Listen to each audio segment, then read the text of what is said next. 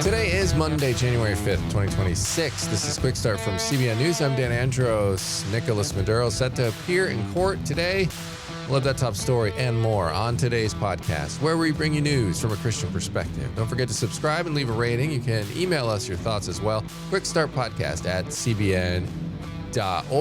Glad you're here with us for the new year and beyond as we go through the news of the day with a Christian perspective, as we said. Joining me today, CBN's Billy Hallowell, and we have a lot to get to kick off the new year here, Billy.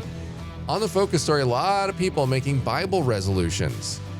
Yeah, it's interesting. You know, just like getting to the gym at the first of the year, people are pledging to crack open their Bibles, and we'll break down what's going on there. All right, looking forward to the details there. Also, on the main thing, we're going to take a look at some of our highlights, breaking down what happened in Venezuela. President Trump capturing President Maduro and his wife. Incredible operation. We have the details on it from our breaking news coverage when it happened over the weekend. Make sure you stay tuned for that coming up on the main thing. All right, want to tell you about our sponsor for the podcast. That is Christian Solidarity International, CSI. They are a great ministry we've been talking about, and we partnered with as we want to spread the word on what they're doing, because they are doing very important work on the ground, helping persecuted Christians in some of the toughest regions on the planet.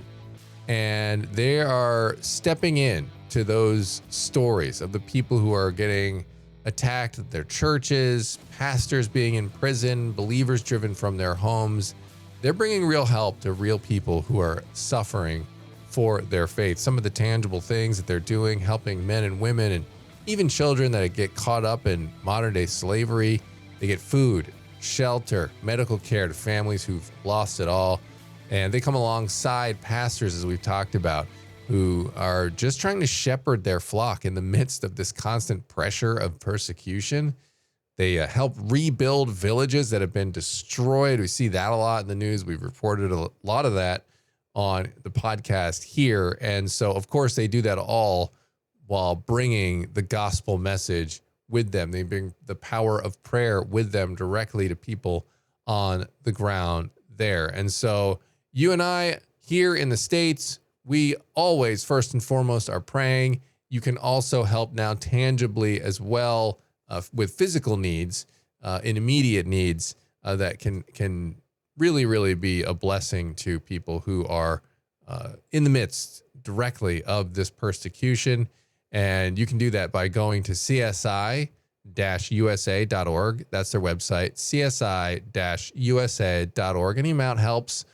Contribute to the work they're doing on the ground. So make sure you're there doing that at csi-usa.org. And we're going to go to the news in 90 now. And the big story, of course, Venezuela's President Nicolás Maduro, well, no longer president at the moment, Nicolás Maduro and his wife are expected to make their first U.S. court appearance here today at noon in New York, after being captured in what President Trump called Operation Absolute Resolve. Maduro was taken to the Metropolitan Detention Center in Brooklyn over the weekend and is expected to remain in federal custody as the case moves forward. Prosecutors are tying the operation to sweeping narco-terrorism, drug trafficking, and weapons allegations with potential life sentences if convicted. Maduro's legal team is expected to challenge the arrests and argue head of state immunity, though the U.S. does not recognize Maduro as Venezuela's legitimate leader. And as well, and we're not the only ones, that's many countries, dozens of countries, as Marco Rubio pointed out over the weekend also, including the previous administration as well. The Biden administration didn't recognize Maduro's presidency as well. Evangelical Christians Franklin Graham and Mike Huckabee and others have publicly praised the operation. Graham said, "I'm sure the people of Venezuela are breathing a huge sigh of relief that this evil dictator, Nicolás Maduro, is gone." That is the big story this weekend and right now. And you can keep up to date on the details on that and more over at cbnnews.com. And Billy, that's obviously the big story. And it was a shocking scene over the weekend. And we covered it live on CBN News on our YouTube channel, CBN's Chuck Holton as well. And what an incredible operation. Just when you think you know what the U.S. military can do, something like this happens, and just wow. Incredible stuff. Yeah. And there's going to be debate for weeks and months to come. And I think that we have to be careful. Everybody has hot take opinions on this right away, right? Yeah. You know, and this is a complex situation. There's a lot of factors at play. And, you know, I think a lot of people are both supporting and opposing it without actually knowing much about the background. You know, admittedly, I think most of us don't know a lot. And so everybody's sort of learning in real time, you know, what led up to this. And when you start to look back, though, even in the last 6 to 8 months, a lot of developments have been happening with the opposition leader there, with the U.S. reportedly even 3 weeks ago trying to help her purportedly escape, you know. So obviously this is not something, it's not a decision that was made overnight. And it seems like the Biden administration had their own set of grievances as well. So this was not, you know, this is not a new problem. I think whether or not people agree with the decision is another factor to remove a leader of another country. But again, this is not a duly elected leader who's legitimately a president of a country, right? So it's complicated. Yeah. And listen, I think the you have to resist the temptation to leap in and have a partisan reaction, because the internet is forever right now. What I'm seeing a lot of are all these people complaining. I mean, Kamala Harris is one of them, and a lot of people on the left complaining, and then people drag up their old tweets, and it's like they were criticizing President Trump for not taking out Maduro in the first time around, you know, at the end of his first presidency there. And it's like, well, you can't have it both ways. You can't complain about it then on that end and then complain when he does it. And so you're seeing a lot of that. And it's like, you just have to look at the action and then say, all right, you know, is it justified or is it not? And do it without bias and without, you know, preconceived presuppositions that you have about an administration. And I think you'll come to a more clear understanding when you do that. But it is, I mean, regardless, we're seeing people in Venezuela cheer this. I mean, this is a dictator who used the military to, do you remember those scenes of armored trucks just mowing down protesters, just driving over them? Not thinking they were on camera, and they're just driving people. I mean, this is the sort of stuff this guy does, and he clearly, virtually nobody except for Russia and China, which, by the way, this happened as a Chinese delegation was there in Venezuela. So there is more to play here than just the drug trafficking allegations. That is part of it. But this is geopolitical, make no mistake about it, because what China and Russia are doing in Venezuela is they are trying to sow chaos there so that they can get a foothold in our, not only to the oil there, but also in our backyard. And so there's a lot going on here, more than meets the eye of just the drug trafficking charges, which are serious. So there's a lot there. We're going to be breaking it all down at cbnnews.com. Make sure you're staying tuned to that and on our YouTube channel as well for updates. All right, we are going to go to the focus story now. And as we mentioned here, a lot of people promising to read the Bible in 2026. So tell me about what they found.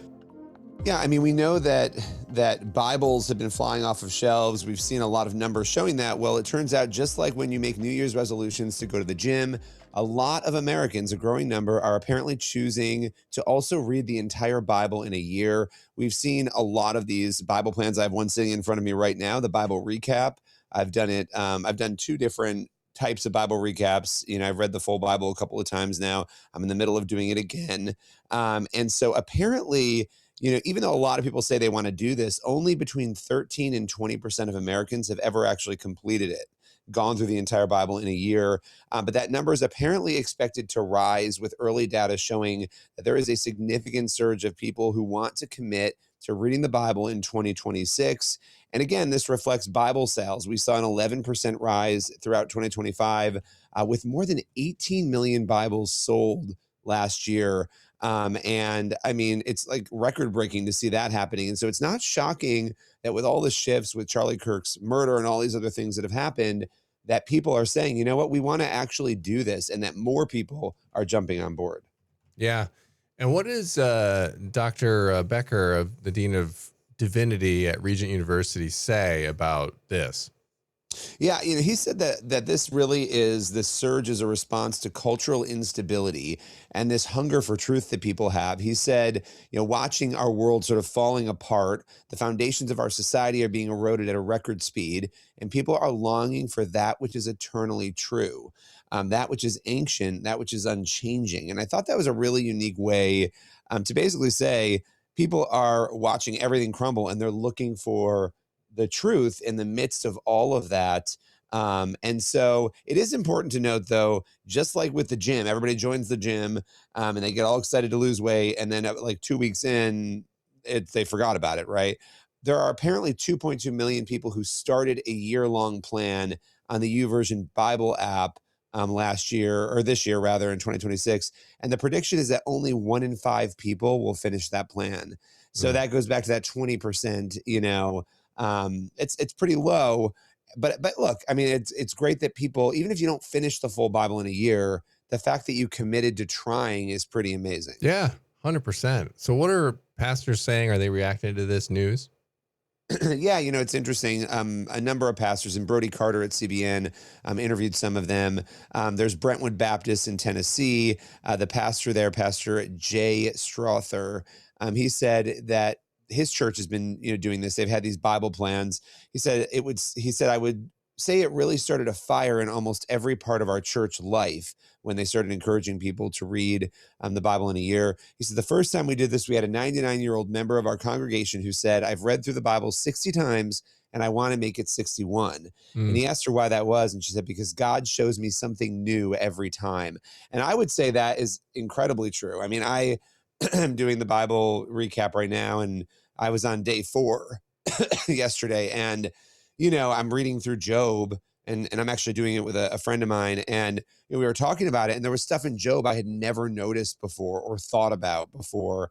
And so every time you read the Bible, you definitely pick up something different and new, and you get smarter and wiser, and God shows you different things. So it's pretty amazing. Yeah, definitely. And like you said, though, just doing it, even if you're not going to make it through, and like you, and I've done the Bible in a year a couple of times now, and it just reading the Bible is going to be a blessing, and going beyond just like little snippets, right? You want to read bigger chunks. You want to read books and chapters of the Bible, and getting the deeper picture. And definitely, if you haven't done it, I would encourage you to do the whole Bible in a year, at least once, and you'll want to do it again. You want to do it a couple times, and it's really a great thing to do. God will bless that endeavor for sure.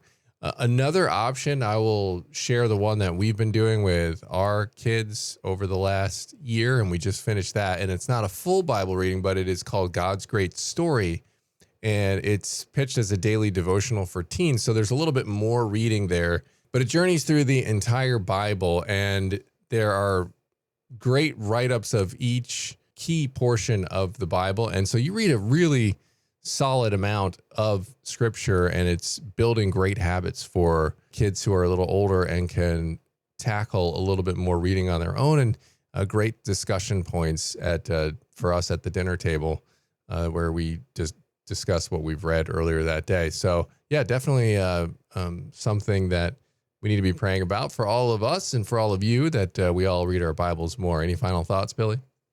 Yeah, no, I think that's great too. And I think a lot of parents look, we're trying to figure out this year with our kids. It's like they have the Bible recap for kids too. It's like, is that too much? Is it, because it can be a lot, even 15, 20 minutes, to put it on a kid to say, go read this when you're 10 years old. That's a lot. So we got to find the things that help build the strategies that when our kids are 20, 30, that we've sort of set them up to want to read the Bible. So that's, I think that's important for parents too, as well as, for adults themselves. Right. Don't exacerbate them and make it something that they don't look forward to, right? Do it in a way that is fun and is something that is how you're just talking about it as a family, and something that becomes habit forming and something that they will want to do as they grow older. So yeah, definitely appreciate that, and praying for everybody as they embark to read more of the Bible in 2026.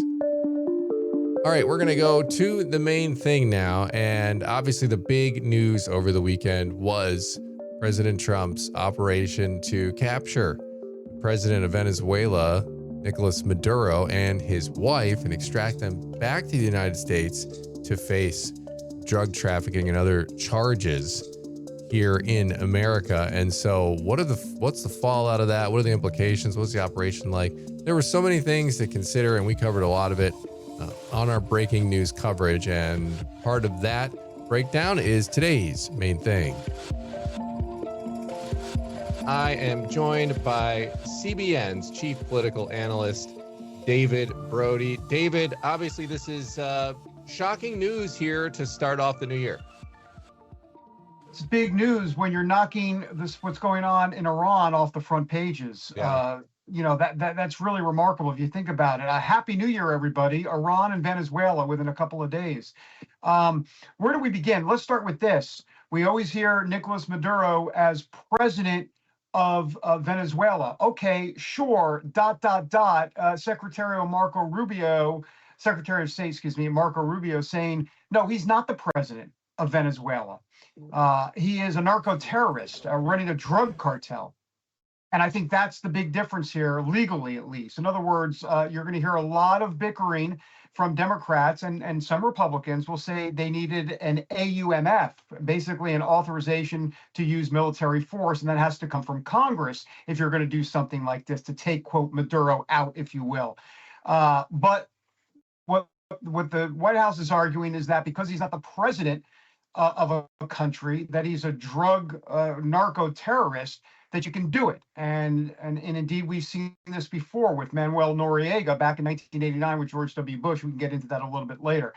So, as we've talked about, or we will talk about more, Nicolás Maduro and his wife, both on the USS Iwo Jima, headed to New York. Why New York? It's the Southern District of New York is where they're heading, because there are going to be new charges filed. There were charges filed back in 2020. Now there'll be new charges filed against Maduro, drug-related offenses that he will be tried for here in the United States.